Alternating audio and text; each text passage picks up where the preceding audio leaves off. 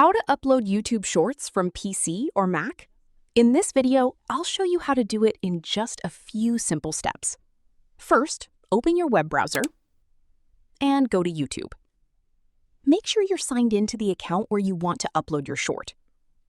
Next, click the Create icon in the top right corner, then select Upload Video.